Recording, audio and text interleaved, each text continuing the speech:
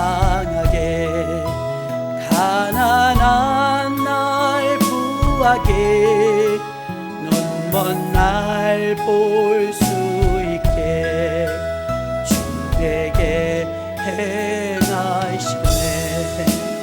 호산나 호산나 죽임 당한 어린 양. 호산나 호산나 예수 다시 사셨네. 내가 건너야 할 강 거기서 내 죄 씻겼네. 이제 주의 사랑이 나를 향해 흐르네. 호산나 호산나 죽임 당한 어린 양. 호산나 호산나 예수 다시 사셨네. 깊은 땅에서 주가 나를 일으키셨도다. 구원의 노래 부르리. 예수 자유 주셨네. 호산나 호산나 죽임 당한 어린 양. 호산나 호산나 사셨네. 내가 건너야 할 강 거기서 내 죄 씻겼네. 이제 주의 사랑이 나를 향해 흐르네. 호산나 호산나 죽임 당한 어린 양. 호산나 호산나 예수 다시 사셨네. 깊은 강에서 주가 나를 일으키셨도다. 구원의 노래 부르리. 예수 자유 주셨네. 호산나 호산나 죽임 당한 어린 양. 호산나 호산나 예수 다시 사셨네.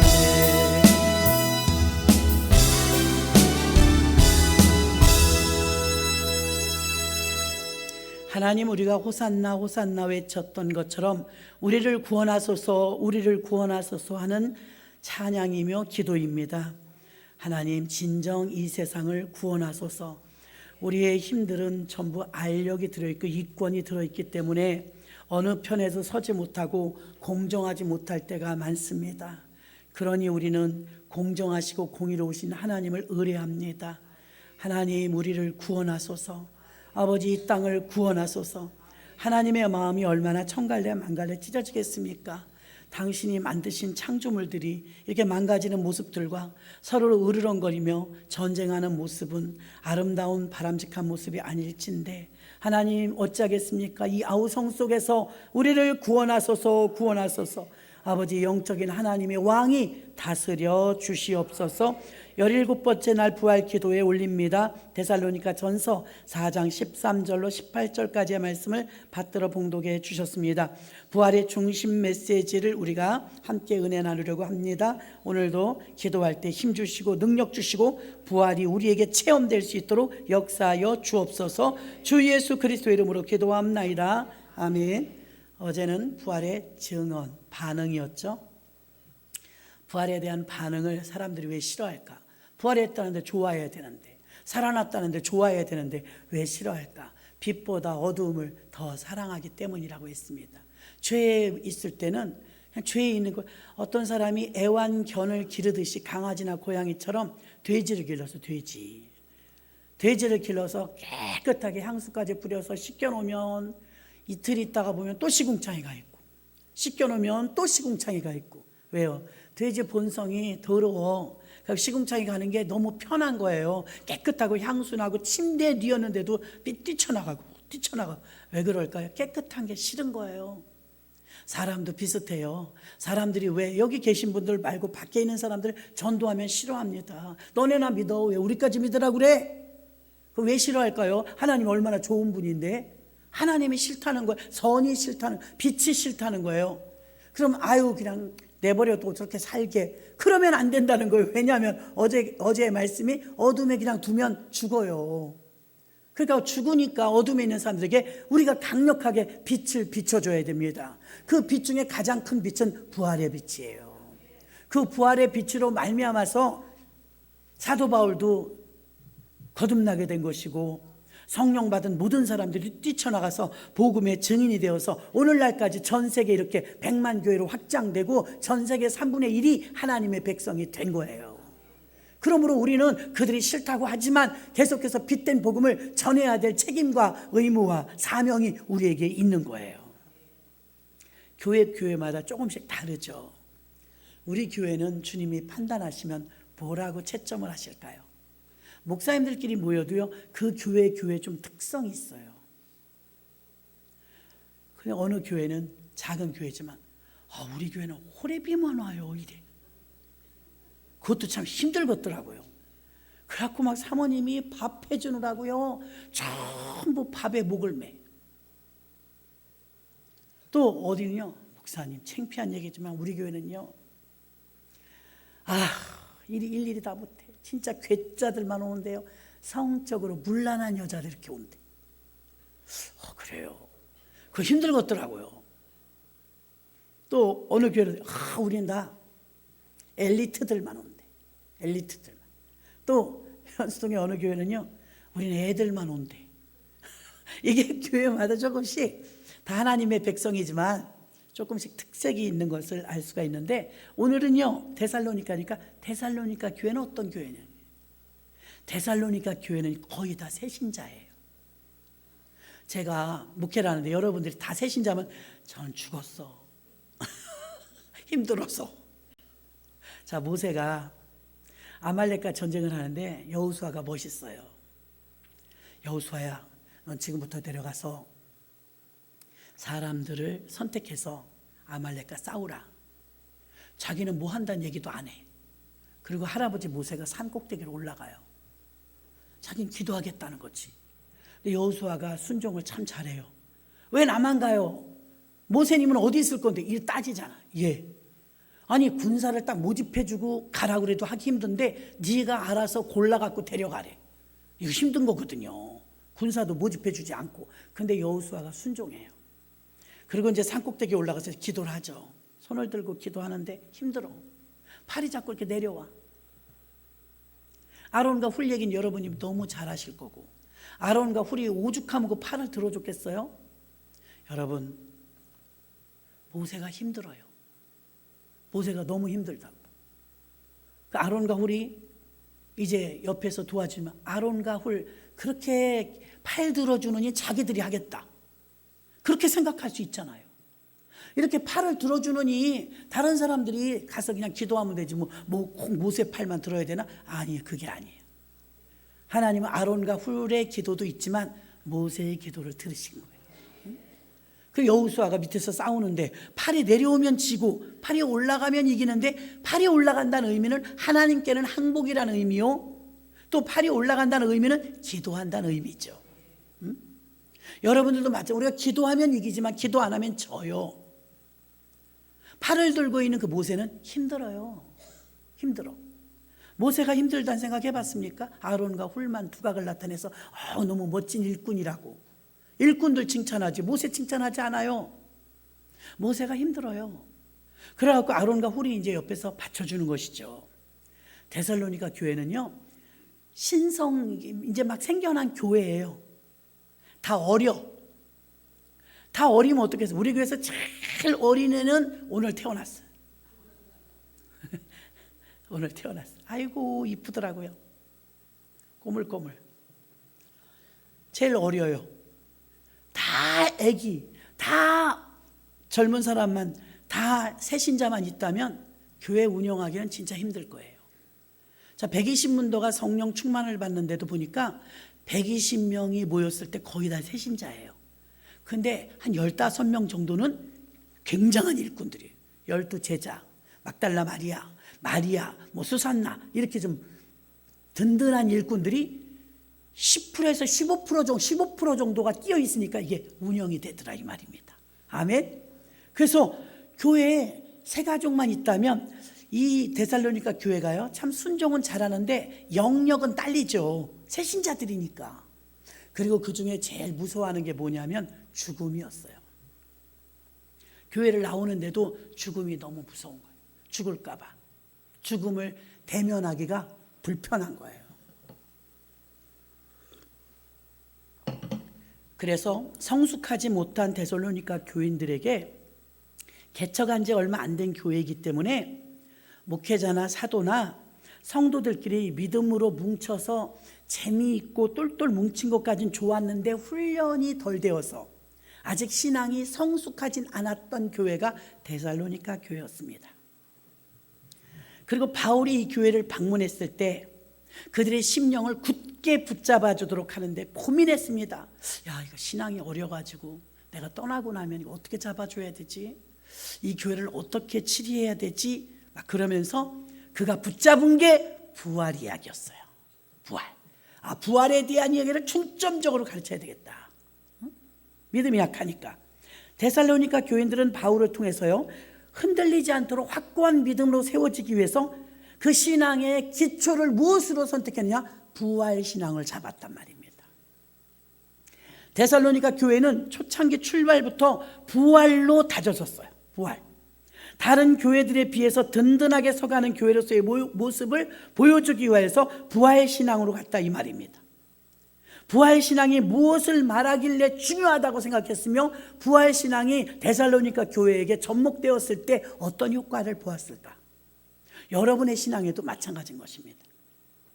오늘 4장 13절에 보면 형제들아 자는 자들에 관하여는 똑같이 나오죠. 이제 하도 죽음에 대해서 두려워하니까 데살로니가 교인들이 새신자니까요. 바울이 말합니다. 자는 자들 알지? 얼마 전에 돌아가신 권사님, 얼마 전에 돌아가신 장로님, 얼마 전에 돌아가신 새가족, 이런 식으로 이제 사람의 예를 들면서 우리에게는 단연코 잠자는 자들에 대해서 이야기를 하는데 관심이 있는 거지. 새신자들이. 맞아. 그 사람들 어떻게 됐어요? 궁금하지 않겠어요? 신앙은 어리고. 그러니까 영어 묘지에 세머트리라고 쓴 것처럼요, 잠자는 자 이렇게 되어 있거든요. 그래서 그들은 죽은 게 아니에요. 잠자는 거예요. 잠자는 거나 죽은 거나 꼼짝 못하는 건 똑같지 않아요? 겉으로 볼 땐 그렇잖아요. 근데 바울이 여기서 핵심을 말해줘요. 여러분도 이 부활신앙을 가져야 될 줄로 믿습니다. 자는 자는 반드시 깨어납니다. 아멘. 죽은 자는 안 깨어나도 자는 자는 깨어납니다. 그래, 이 핵심을 들으니까 새신자들이 나도 어디 가서 전도할 때 그 말을 써먹어야 되겠네. 맞아, 잠자는 건 깨지. 반드시 깨어난다는 전제가 잠자는 거거든요. 세상 사람들은 죽었다고 말하는데 우리는 죽었다고 끝났다고 말하지 않죠. 돌아가셨다, 소천하셨다, 잠잔다, 이렇게 말을 하거든요. 기독교에서는요. 잠잔다는 그 의미는 장차 그들은 잠에서 깨는 날이 있다 이 말입니다. 그래서 마지막 때 데살로니가 전후서를 많이 읽으시면 좋아요. 우리 신앙이 어리다고 생각이 들면 데살로니가 전후서를 많이 읽으면 이게 목회 서신이기 때문에 우리에게 지침이 잘 됩니다. 그래서 그 교회마다 조금씩 특색이 있다. 고린도 교회는 어땠어요? 돈이 많아. 고린도 교회는 능력도 많아. 방언하고 통변하고 막 예언하고. 근데 사랑이 없어. 고린도 교회가 그게 은혜와 은사를 많이 받은 거에 비하면 많이 다퉈 분열이 많아. 교회마다 좀 특색이 있다고 그랬어요. 그래서 오늘도 어디 그 교회 그 보험 때문에 잠깐 새마을 본 걸 들렸는데 그러더라고요. 목사님, 순복음이 우리나라에서 제일 커요? 그래요. 아니요, 장로교단이 제일 커요. 아, 그래요? 장로교단이 더 커요? 예, 그래요. 세계 제일로 큰 교회는 순복음교회지만 교인 숫자로 했을 땐 대한민국에서는 장로교회가 제일 큽니다. 아, 그렇군요. 그 사람이 물어봐서 내가 대답을 해줬을 뿐이에요. 그런데 뭐라 그래야 사람들이 아, 순복음은 뜨겁죠? 이래. 여러분, 책임감을 가져야 돼요. 남들이 안 믿는 사람이 뜨겁다는데 장로교도 감리교도 모르는 사람이 여러분은 우린 차가워요 이러고 있으면 안 되잖아요. 세상 사람들이 뭐라 그래요? 순복음은 뜨겁대. 아멘이십니까? 어디 볼 겨 있다. 얼마나 뜨거운가. 정말 뜨거워야 되는데 그들이 그냥 들은 소리 듣고 그러겠죠. 장로교는 조용하고 순복음교회는 뜨겁다면서요? 이러는 거예요. 그래서 사람마다 다르겠지만 순복음교회 뜨겁지요. 그 뜨겁다고 말하는 게 우리가 그런 게 아니라니까요. 그들이 그런다니까요. 인정을 했어요. 잠자는 자들의 조건은 반드시 깨어난다는 이게 부활이죠. 인간의 죽음의 문제를 해결하기까지는 믿음이 견고하지 못했어요. 죽음의 문제를 해결하고 그래도 죽음이 무서워. 막 두려워. 부활이 있다고 했지만 막연했더란 말입니다. 근데 이제 부활 설교를 계속 들으니까 막연했던 말씀이 좀 가까이 친근감 있게 와닿으면 그렇지, 잠자는 건 깨지. 응? 아, 무덤이 비어있는 게 희망이지. 아, 그 무덤까지 우리가 가장 무서워하는 그곳까지 주님이 들어가서 장악하셨네. 누군가하고 같이 있다면 무섭긴 뭐가 무서워요. 혼자 있어야 무섭지. 우리가 제일 무서워하는 게 무덤 속이거든요. 근데 주님이 거기까지 가서 어둠을 몰아냈어. 이거 말이 이게 언어상 안 맞는 말인데 우리는 쓸 수 있는 말이 있어요. 죽음을 죽여버렸어요. 사망을 죽여버렸어요. 다시는 못 일어나요. 그래 우리는 죽어요. 죽지만 잠자면서 우리는 죽음에 머물러 있지 않고 즉시로 부활되어집니다. 부활. 그리고 인간의 죽음의 문제를 해결하기까지 믿음으로 판가름을 하는데요. 죽음을 절망으로만 생각하고 있었던 데살로니가 교회 새신자들, 그들은 교회를 나오면서도 여전히 두려움에 사로잡혔었는데 그것이 바로 죽음이란 문제였어요. 바울이 죽음의 문제를 고민하는 그들에게 예수 그리스도 안에서의 죽음은 오히려 역전, 소망이다. 그 소망이 없다면 우리는 너무 불행하다. 장차 우리가 갈 곳 그 영원한 천국이 없다면, 새로 사는 생명이 없다면 왜 우리가 여기서 예수 믿으면서 핍박받고 헌금하고 시간 들이면서 이러겠냐 이 말이에요. 죽음이 절망이 아니라, 죽음이 공포가 아니라, 죽음이 포기가 아니라, 끝이 아니라 죽음은 오히려 우리에게 기다려지는, 성령이 충만해 보십시오. 정말 기다려져요. 아유, 이제 가고 싶다. 인생이 피곤하고 지칠 때 아, 천국 가고 싶다. 그런 생각 안 해본 사람은 없을 거예요. 고린도전서 15장 19절에 만일 그리스도 안에서 우리의 바라는 것이 다만 이생뿐이라면 모든 사람 가운데 우리는 더욱 불쌍한 자니라. 이 땅에 다가 아니라는 것입니다. 오늘 태어난 아기는 어제까지 배 안에 있었어요. 걔는 거기가 다인 줄 알았을 거예요. 여기 너무 좋은데, 나가기 싫은데, 그냥 밖에서 계속 기다려. 빨리 나와라, 빨리 나와라. 온 집안이 다 기다려요. 양쪽 집안이. 그래서 이 아기는 애기한테 내가 물어보진 않았지만 난 여기 안전한데, 여기 나가기 싫은데, 여기 너무 좋은데 오늘 나왔어요. 아직 눈은 안 보이겠죠? 아빠가 안고 있는 사진이 왔는데 너무 귀여운 거예요. 그렇게 조그만 수가 없어요. 근데 이 아이가 이랬을 것 같아. 대빵 넓으네. 이 세상 얼마나 커요. 장차 우리는 이 지구도 광활한데 지구가 좁을 정도로, 그 우주에 비하면 이거 별 하나잖아요. 아주 작은 거잖아요. 우리는 천국 가면 이제 기절 안 하면 다행일 거예요. 이러고 있을지도 몰라요. 너무나 광활하고 넓어서. 아멘. 아, 여러분, 우리가 내가 단칸방 막 지하 이런 데 살았는데 좋은 아파트를 하나 해갖고 막 뷰도 좋은데 이사 가면 그 단칸방 가고 싶다고 우는 사람 없어. 이 땅에서 죽기 살기를 막 더 살으려고 우리가 막 그러지만 최선을 다해서 살아야죠. 사명, 이 생명이 있는 동안은 사명이 있는 거예요. 최선을 다해서 아유 난 죽었으면 좋겠어. 하나님 빨리 데려가요. 아유 난 왜 안 데려가요? 이것도 회개해야 돼. 회개해야 돼요. 소중한 생명을 주신 하나님께 회개해야 돼. 누군가에게는 오늘이 없었던 사람들이 있었단 말이에요. 오늘이 있잖아 우리는요. 오늘. 내일도 있을 건데 누군가는 또 내일도 없다고요. 어떤 애는 어제까지는 아직 사람이 아니었는데 오늘은 사람이야. 그래서 하나님이 우리에게 부활은 바울을 통해서 죽음은 두려움이 아니야. 죽음은 오히려 우리에게 희망이며 소망이야.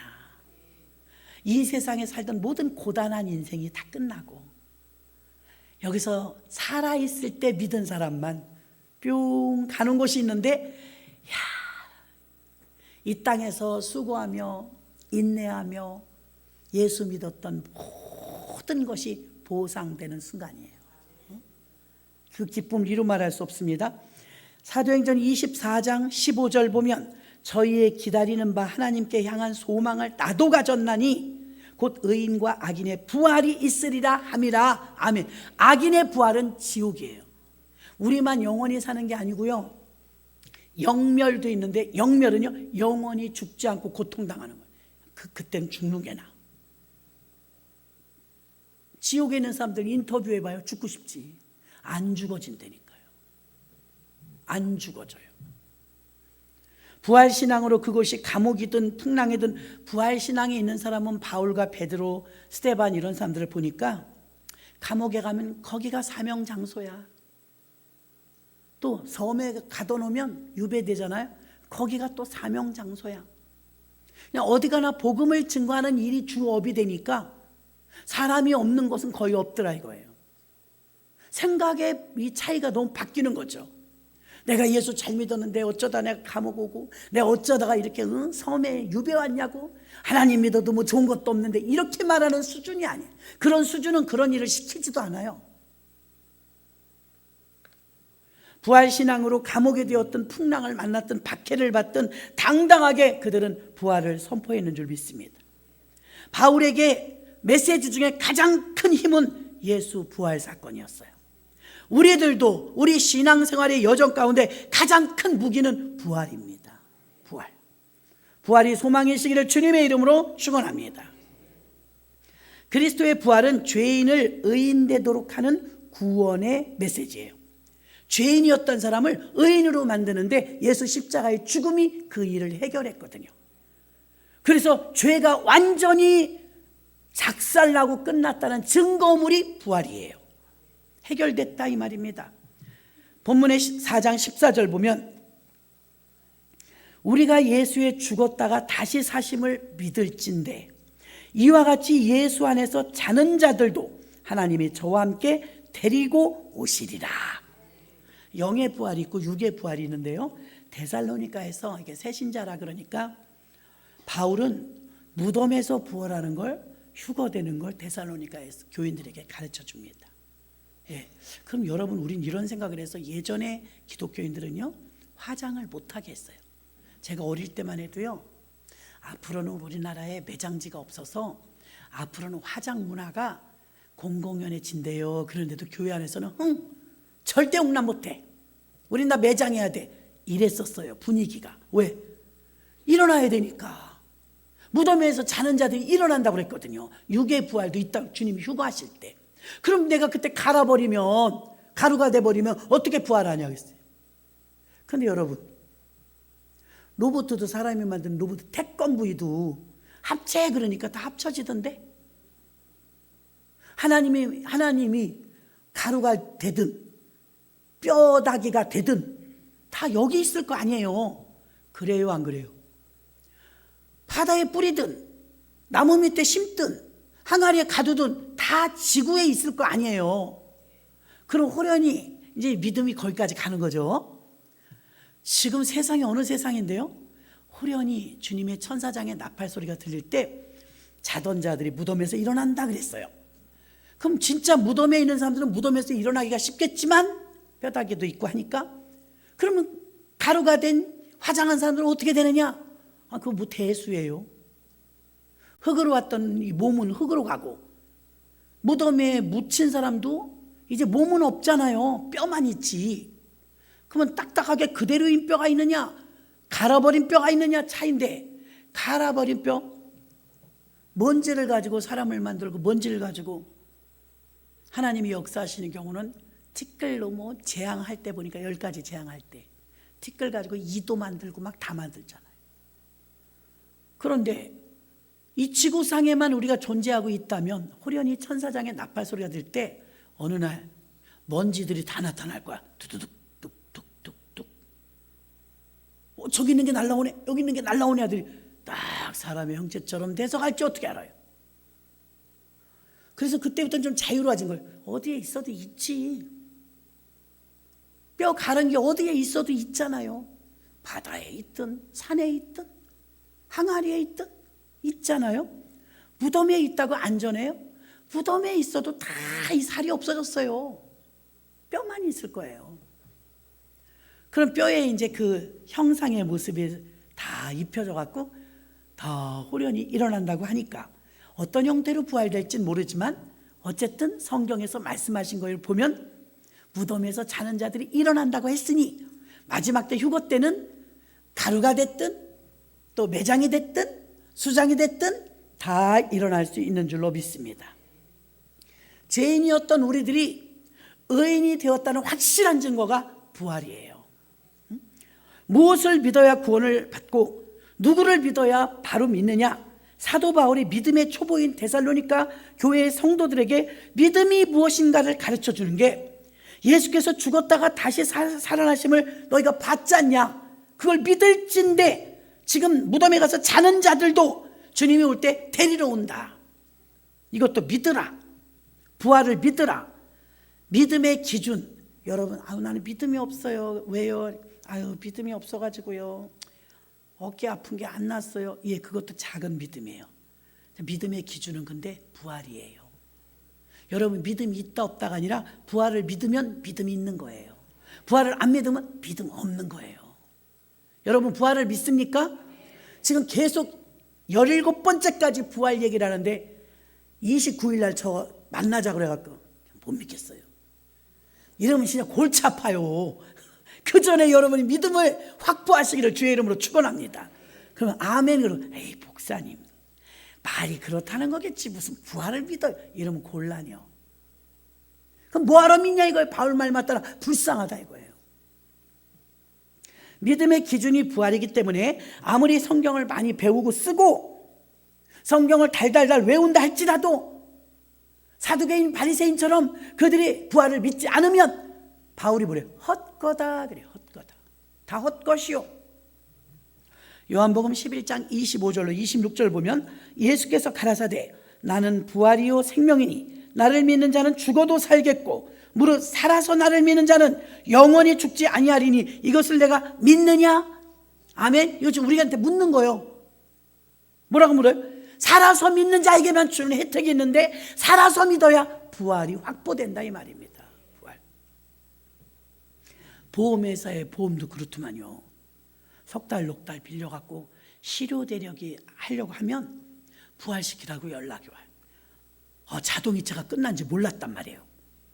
그래갖고 이제 몇 달 지났어. 그럼 회사에서 연락이 와. 이거 이달까지 부활 안 시키면 부활이란 말을 보험회사가 더 많이 써. 여러분보다. 나도 그래서 알았어요. 우리가 쓰는 고유명사인 줄 알았거든요. 부활. 보험회사가 더 많이 써. 부활하시죠. 그래서 야 믿음 좋다. 나도 부활하라 그래. 무슨 소리예요? 그랬더니 이거 실효되기 직전입니다. 보험료가 입금이 안 돼가지고 나 자동이체 자동이체 뭐 은행이 바뀌었던가 뭐 어떻게 카드가 끝났던가. 여러분 잘 나가다 안 나가면 좋아하지 마요.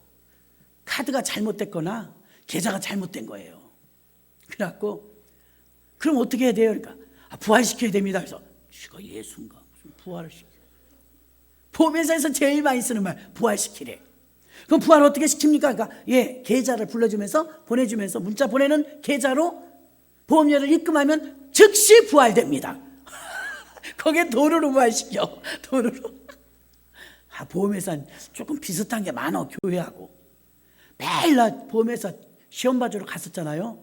아침부터 저녁까지 만나는 사람마다 모든 관심이 증언합시다. 증언합시다. 이래요. 증언이 뭔지 알아요? 전도야.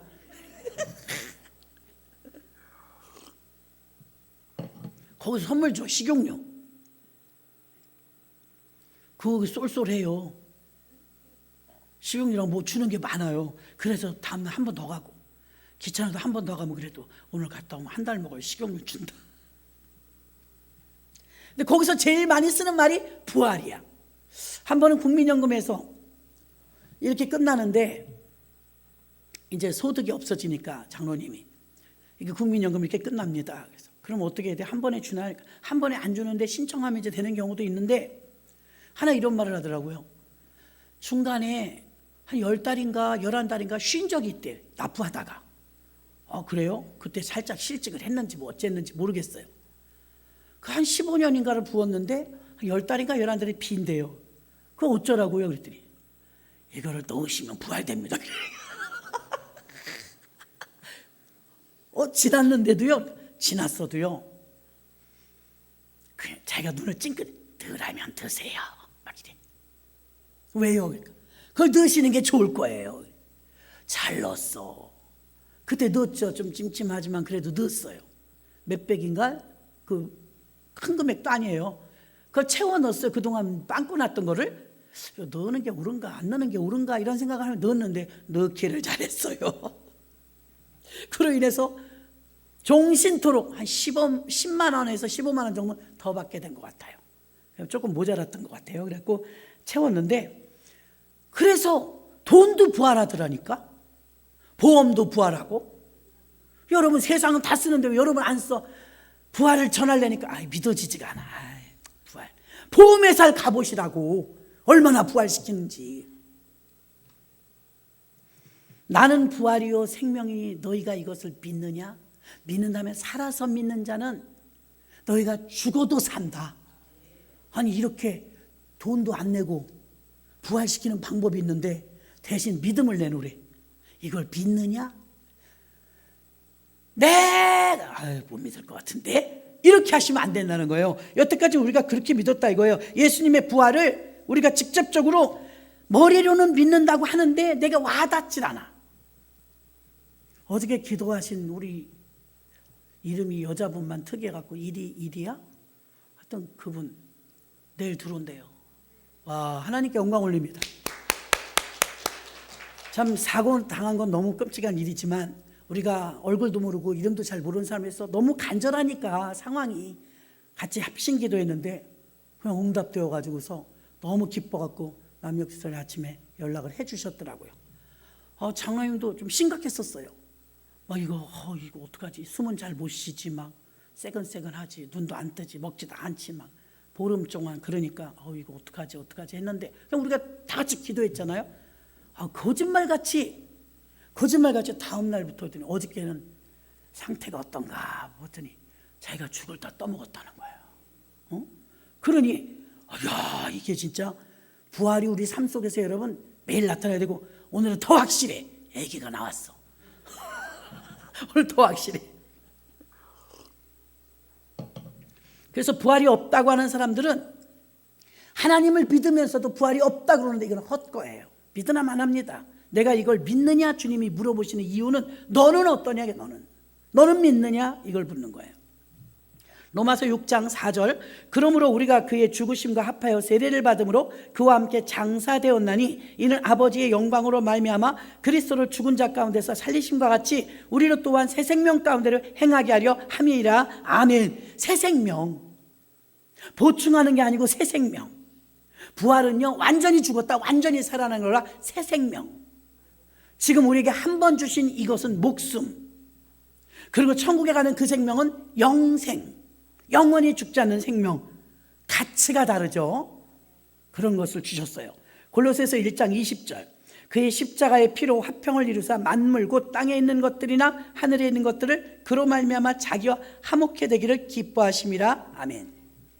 십자가의 피가 하나님과 우리 사이에 막혔던 것을 화평으로 돌려놨다 이 말입니다. 로마서 6장 5절 만일 우리가 그의 죽으심을 본받아 연합한 자가 되었으면 또한 그의 부활을 본받아 연합한 자가 되리라. 아멘. 예수님이 죽었던 걸 예수님이 살아나신 거죠. 우리도 죽으면 우리도 살아난다 이 말입니다. 왜? 예수님이 죽음을 죽여버렸어. 죽음을, 사망을 아주 빛으로 어둠을 덮어버렸어요. 그래서 부활과 연합되어 우리는 다시 그의 부활과 연합되는 부활을 맛보게 될 것이고, 베드로전서 1장 3절 찬송하리로다 우리 주 예수 그리스도의 아버지 하나님의 그 많으신 긍휼대로 예수 그리스도의 죽은 자 가운데서 부활하심으로 말미암아 우리를 거듭나게 하사 산 소망이 있게 하셨으며. 아멘. 추상적인 것이 아니에요. 나중에 보면 알아, 이게 아닙니다. 확실하게 예수님께서는 보여주시면서 시청각적으로 봐, 너희도 나를 믿으면 이렇게 된다, 산다고 알려주신 줄 믿습니다. 예수님의 부활은 구원의 완성, 구원의 성취, 구원의 보증이 되셨습니다. 베드로전서 3장 21절 보면 물은 예수 그리스도의 부활하심으로 말미암아 이제 너희를 구원하는 편이 곧 세례라. 육체의 더러운 것들을 제하여 버림이 아니요 오직 선한 양심이 하나님을 향하여 찾아가는 것이라. 아멘. 세례받는 의미가 나는 이전 사람은 죽었습니다, 이런 의미예요. 육의 사람은 죽었습니다. 그 새롭게 태어난다 이 말입니다. 분명하게 부활은 죄에서 구원받은 구원의 표징입니다. 예수 그리스도의 구원이란 영원히 사는 생명을 소유하게 되는 것이니, 요즘 한창 줄기세포다 이걸 아무데나 다 적용하더라고요. 루데 권사님도 보니까 무릎에 한쪽은 줄기세포를 하고 한쪽은 인공관절로 수술했다고 두 다리를 틀리게 했더라고요. 병원에서 무슨 방식에 의해서 했겠지만 그분도 줄기세포로 했다는 소리를 제가 들었어요.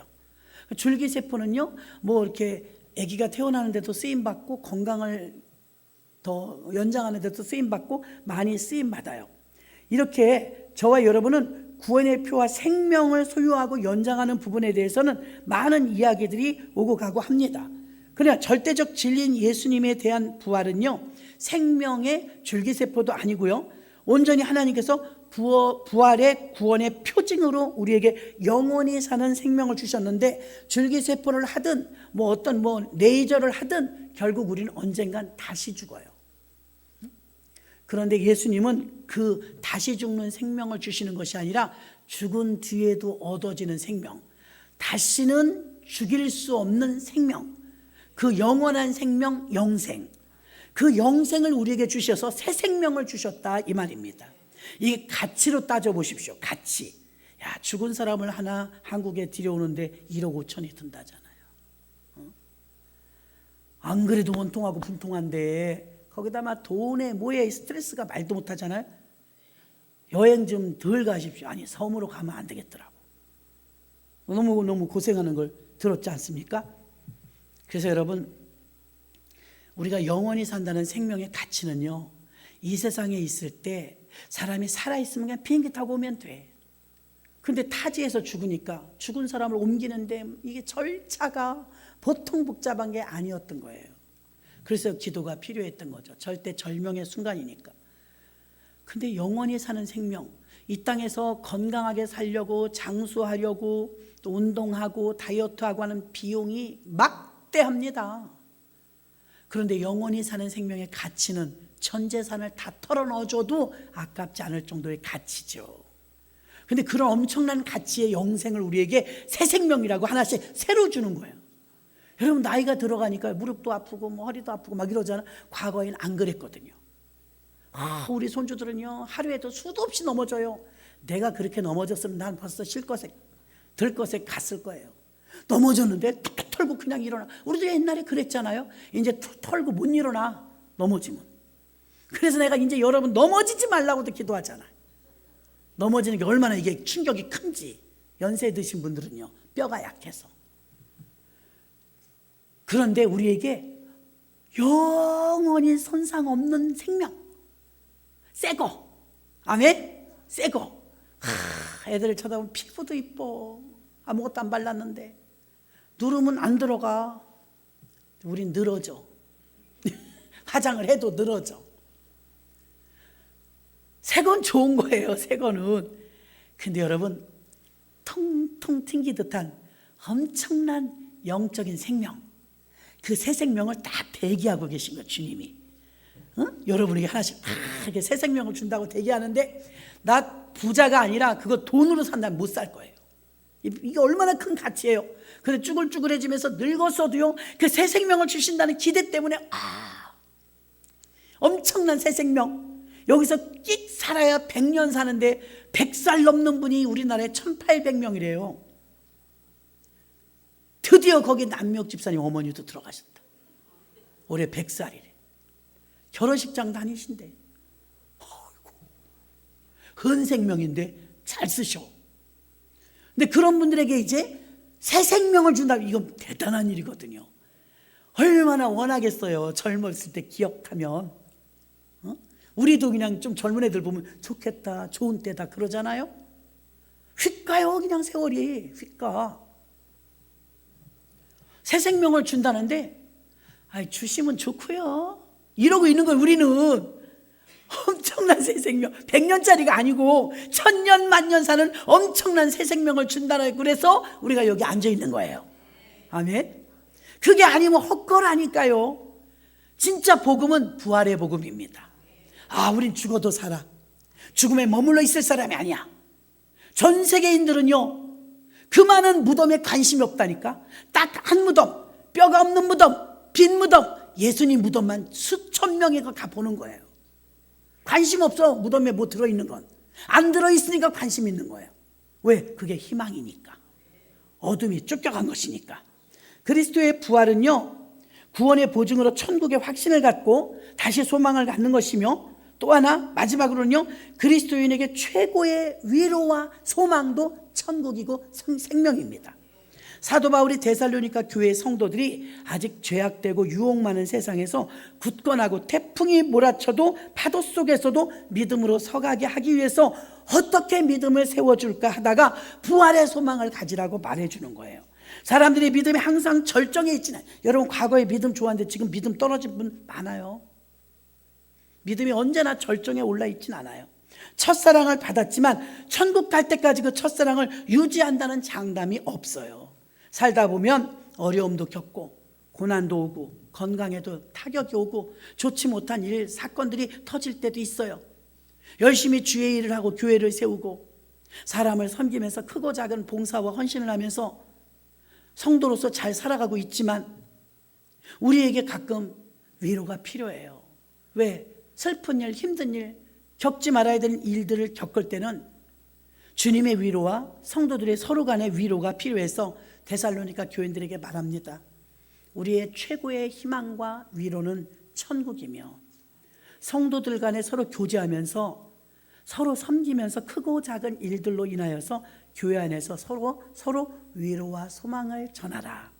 약하고 처음 시작한 지 얼마 안 되는 초신자 수준의 데살로니가 교회에는 서로에게 적극적인 위로와 소망이 필요하다는 것을 바울이 가르쳐주고 있습니다. 16절부터 17절 보면 주께서 호령과 천사장의 소리와 하나님의 나팔로 친히 하늘로 쫓아 강림하시리니 그리스도 안에서 죽은 자들이 먼저 일어나고 그 후에 우리 살아남은 자도 저와 함께 구름 속으로 끌어올려 공중에서 주를 영접하게 하시리니 그리하여 우리가 항상 주와 함께 있으리라. 아멘. 18절 보십시오. 그러므로 여러 말로 서로 위로하라. 무슨 위로? 조금만 참아. 죽은 자들은 무덤에서 일어났지만 우리는 쭉 빨려 자석에 철이 달라붙듯 주님이 구름 타고 오실 때 상상해봐. 얼마나 그 하늘을 쳐다보면서 우리 주님이 우리를 데리러 오실 때 자석에 철이 철구덕 달라붙듯이 예수 이름이 있는 자들, 예수 피가 있는 자들은 쭉 빨리 올라간다니까요. 근데 그때 저 사람들 왜 저렇게 됐어? 나는 여기 잘 있는데. 잘 있는 게 아니야. 밑에 있으면 그때 큰일 나는 거야. 그래서 나팔 불 때 나의 이름 그러잖아요. 그 휴거라고 합니다. 휴거. 처음이 있으면 끝이 있어요. 태어날 땐 저렇게 응애하고 태어났지만 언젠가는 이 땅을 끝낼 날이 또 있단 말이에요. 시작이 있으면 끝이 있으니까 성경은 알파와 오메가요, 시작과 처음이요, 마지막이 있다고 말하고 있는 것입니다. 마지막 때 주님이 오실 때의 모습을 지금 묘사하는 거죠. 나팔 불 때, 그때 호련히 우리가 공중으로 끌어올려 거기서 뭐 하느냐? 주를 영접한다잖아요. 예수님 어서 오세요. 그렇게도 그리웠던 예수님을 만나는 거예요. 정말 사람에게 필요한 것은 하나님의 약속과 위로와 소망인 줄로 믿습니다. 우리도 예수 그리스도로 인하여서 위로와 소망이 넘치는 은혜 충만함으로 예수 부활이 우리의 소망이기 때문에 서로에게 기쁨이 되고 서로에게 부활신앙이 되어서 계속해서 희망적인 메시지로 서로에게 격려와 권면과 위로와 소망을 전할 때 우리는 한 걸음 한 걸음 어려운 환경을 이기면서 나아갈 수 있는 그런 동역자가 되어지는 줄로 믿습니다. 이 시간에 우리가 주여 삼창하시고 하나님